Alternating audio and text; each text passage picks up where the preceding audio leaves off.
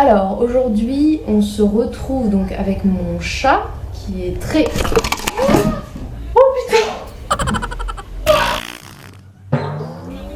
Donc on se retrouve aujourd'hui avec la meilleure bière de la Terre. Je sais pas si la mise au point se fait bien. Parce que je pense que vous avez tous entendu parler du fait que Macron voulait légiférer par ordonnance. Et sur ce sujet-là, qu'on fonctionne par ordonnance pour le faire durant l'été. Pourquoi? Parce qu'il y a besoin d'un choc de confiance. Je suis choquée. Voulait surtout réformer le code du travail par ordonnance. Et j'ai vu beaucoup de commentaires là-dessus qui disaient que c'était comme le 49.3, que Macron il avait de grandes idées sur la rénovation de la démocratie, etc. Et qu'en fait il n'en était rien parce qu'il essayait de contourner le pouvoir législatif, enfin le débat parlementaire, voilà.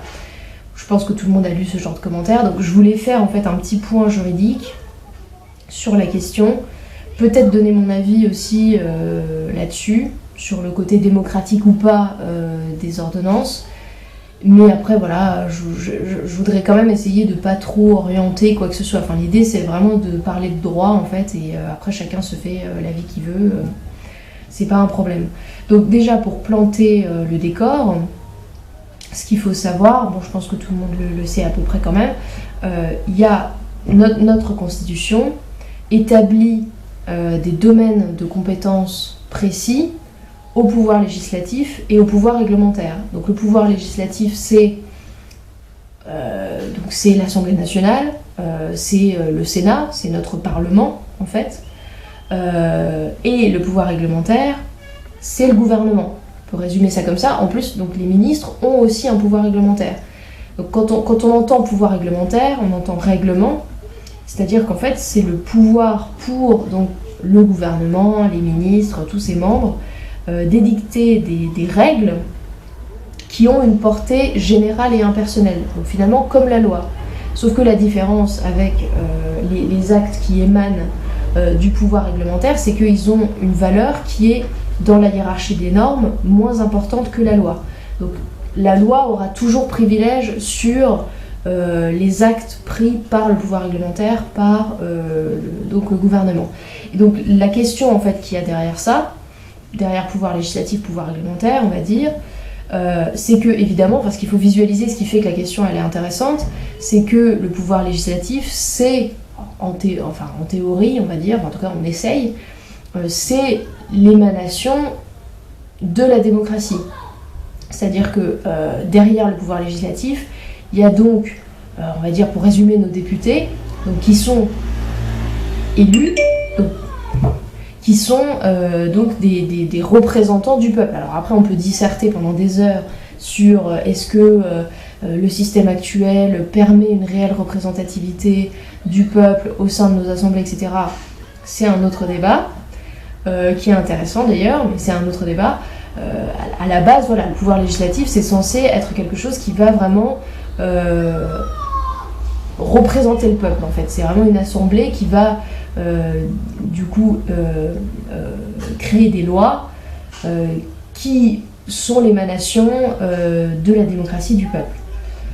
Ensuite, le pouvoir réglementaire, lui, c'est pas du tout pareil. Le pouvoir réglementaire, puisque ça va être surtout Premier ministre, ministre, le pouvoir réglementaire, il a, je dirais, quasiment rien de démocratique, puisque, comme on l'a vu d'ailleurs avec Macron, c'était un très bon exemple, parce que donc nous, on a tous voté pour Monsieur Macron.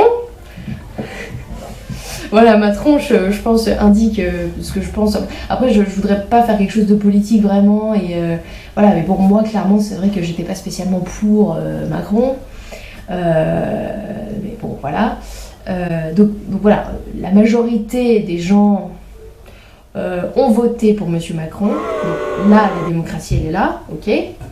Mais ensuite, le choix du Premier ministre, ça n'a rien de démocratique en fait, parce que c'est Monsieur Macron qui va décider tout seul, en fonction d'on ne sait quelle logique, qui va être Premier ministre, et puis ensuite, c'est le Premier ministre qui va choisir son gouvernement. souvent, certainement en fonction de copinage, de bah, toi t'as été sympa avec moi donc tu vas avoir ton poste de ministre, etc. Enfin on sait bien comment ça se passe.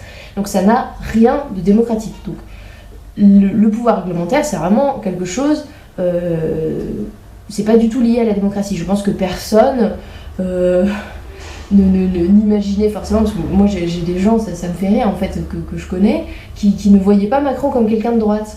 Moi ça me faisait un peu halluciner, mais bon, soit, parce que vu qu'il a fait ses grands discours sur moi je suis ni de gauche ni de droite, tout ça, ce clivage, c'est un truc complètement manichéen pour les gens débiles, qui savent que penser en noir et blanc, c'est n'importe quoi, bon, soit. Et donc du coup, ils se sont retrouvés complètement étonnés de se rendre compte que Macron avait choisi un Premier ministre de droite, mais genre officiellement, qui pour le coup, bah, les clivages, lui, il est bien dedans quand même. Hein. Bon, voilà.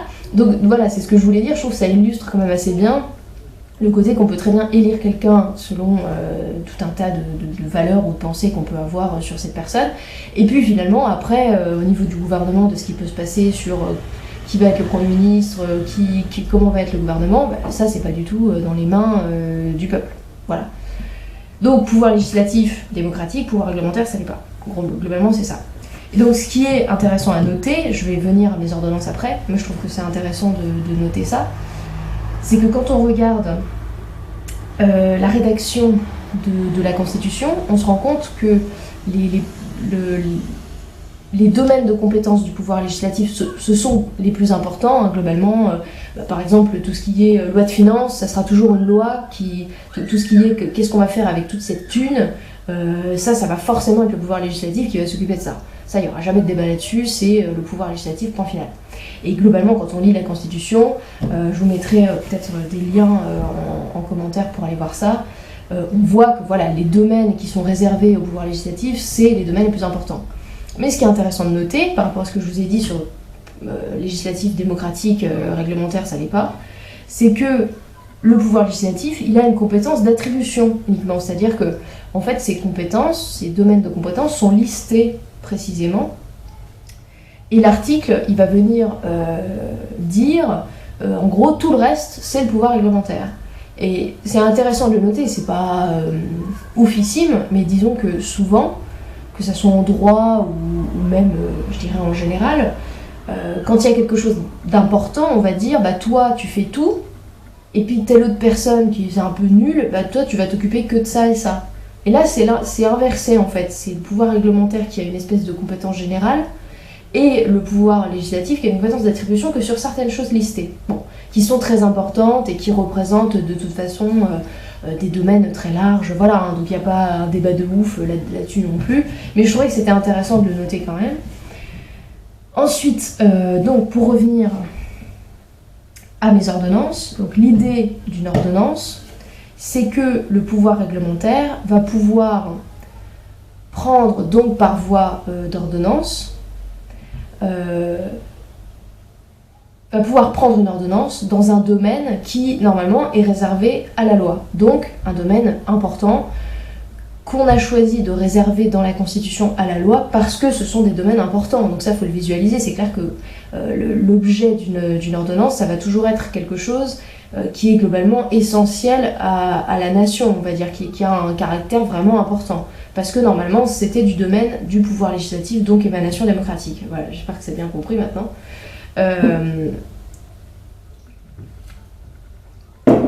Pause bière. Et donc voilà, c'est ça le principe d'une ordonnance. Et sur plus précisément la question de est-ce que c'est démocratique ou pas, personnellement,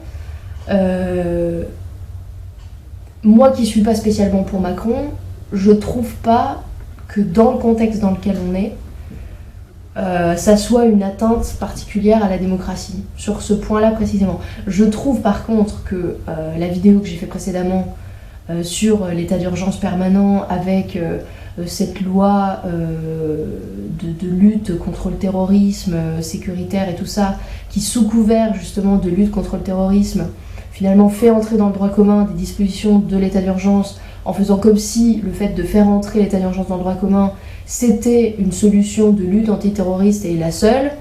Bon, ça je trouve que c'est 1000 fois plus révélateur d'une façon d'être un État autoritaire que ne l'est le fait de légiférer par ordonnance. Parce que faut savoir que pour légiférer par ordonnance, il faut en être autorisé par le Parlement.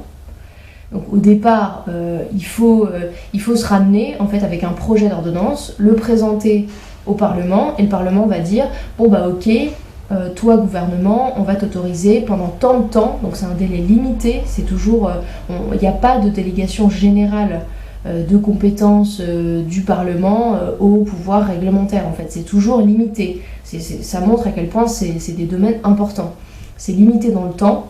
Donc, c'est-à-dire que le gouvernement il aura tant de temps pour prendre son ordonnance. Également, c'est limité en termes d'objet, c'est-à-dire qu'il va pouvoir prendre son ordonnance sur un objet précis, dans un domaine précis, c'est-à-dire ça va être que, ça va pas être quelque chose de général, tellement c'est important justement. Donc ça c'est une première chose. Ensuite, la deuxième, c'est qu'une fois que l'ordonnance sera faite par le pouvoir réglementaire, par le gouvernement, ensuite, il y a une loi de ratification, c'est-à-dire que ça repasse encore devant le Parlement. Donc le Parlement, en fait, il y a un double filtre. Il y a un premier filtre déjà pour autoriser, et ensuite, il y a un autre filtre pour vérifier que le gouvernement n'a pas fait n'importe quoi. Donc voilà, donc sur le côté démocratique ou pas de ce procédé, moi je trouve pas qu'il y ait de problème en fait.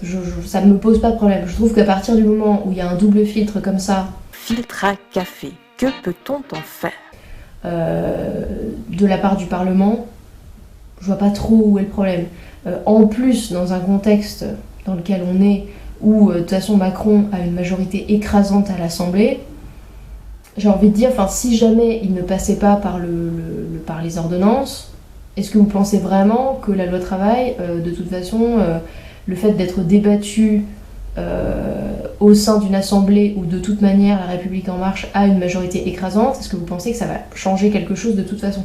Je veux pas être pessimiste ou quoi, je pense que le débat parlementaire c'est quelque chose de vital dans une démocratie, c'est en plus c'est quelque chose, je sais pas si vous y allez ou quoi, mais c'est vrai que le site de l'Assemblée nationale ou même Public Sénat, c'est vraiment intéressant, on peut voir sur ces sites-là le contenu vraiment des débats. On peut voir aussi parfois les travaux des commissions en vidéo, c'est assez intéressant. Bon, il y a certains documents qui sont un peu abscons, c'est quand même, faut être un peu juriste pour oser se lancer dans des milliers de pages de projets de loi.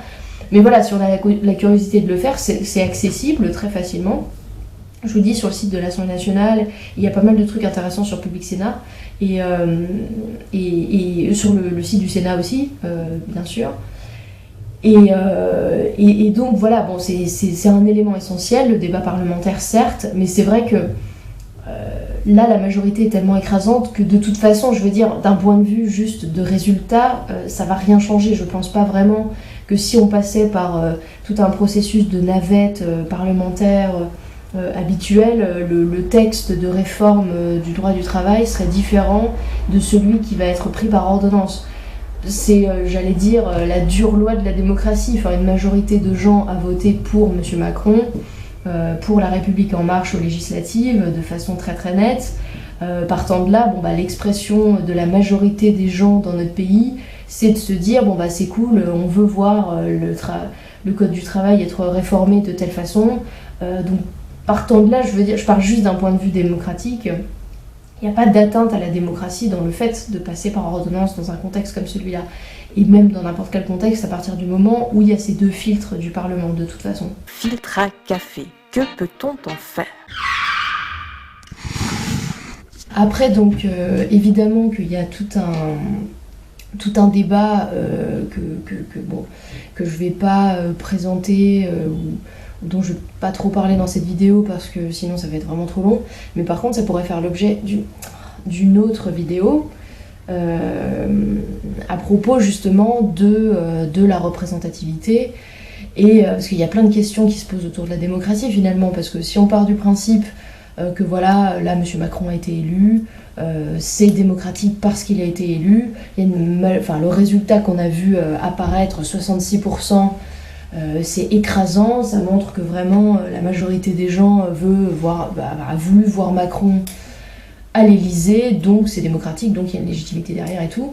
Bon, le truc c'est que même derrière ça, derrière tout le système, finalement, il y a des questions qui se posent, même justement en termes de démocratie. Est-ce que réellement le peuple est représenté derrière cette élection de M. Macron? Je pense qu'on peut poser la question, étant donné que je ne sais pas si vous avez vu ça, mais il y a eu justement des résultats qui sont tombés, qui ont été faits par différents blogs, j'avais vu ça sur Mediapart je crois notamment, qui présentent finalement les résultats en tenant compte de l'abstention, des nuls, etc. Et quand on tient compte de ce paramètre-là, Monsieur Macron, il n'obtient plus que 43% des voix, au lieu de 66%. Donc quand on entend 66, on se dit, bon bah voilà, moi je me dirais ça, en tout cas, une majorité de personnes a voulu tel candidat, même si c'était pas mon candidat. Voilà, quand la majorité veut ça, on va pas imposer une pensée minoritaire à la majorité des gens. Même si en démocratie, je pense qu'il y a une place pour le pluralisme également. Mais voilà, ça restait quand même écrasant comme résultat. Quand on tient compte des nuls, 43%, évidemment, c'est beaucoup moins écrasant. Ça veut dire, en fait, de façon très nette, que, en fait, la majorité des gens n'a pas voté pour Macron, et pas l'inverse. Ça veut dire que, voilà, il y a une part quand même très importante de personnes qui ne voulaient pas voir Macron à l'Élysée. En partant de là, c'est vrai que ça pose véritablement des questions démocratiques, de voir finalement Macron être à l'Élysée alors que derrière, il n'y a pas de volonté populaire majoritaire derrière ça. Donc ça, il faut quand même bien le noter. Partant de là, voilà, est-ce que ce que je dis sur les ordonnances, ça peut être vu différemment? Pourquoi pas? Disons que c'est tout le système en fait en général qui est du coup à interroger. Donc voilà, ça fera l'objet d'une autre vidéo parce que sinon ça va être beaucoup trop long. Mais juste comme ça, le système lui-même des ordonnances, avec ce double filtre, comme je l'ai dit, je pense voilà, il n'y a pas de problème démocratique à partir du moment où il y a à ce point une présence du Parlement derrière ce système-là. La suite au prochain épisode.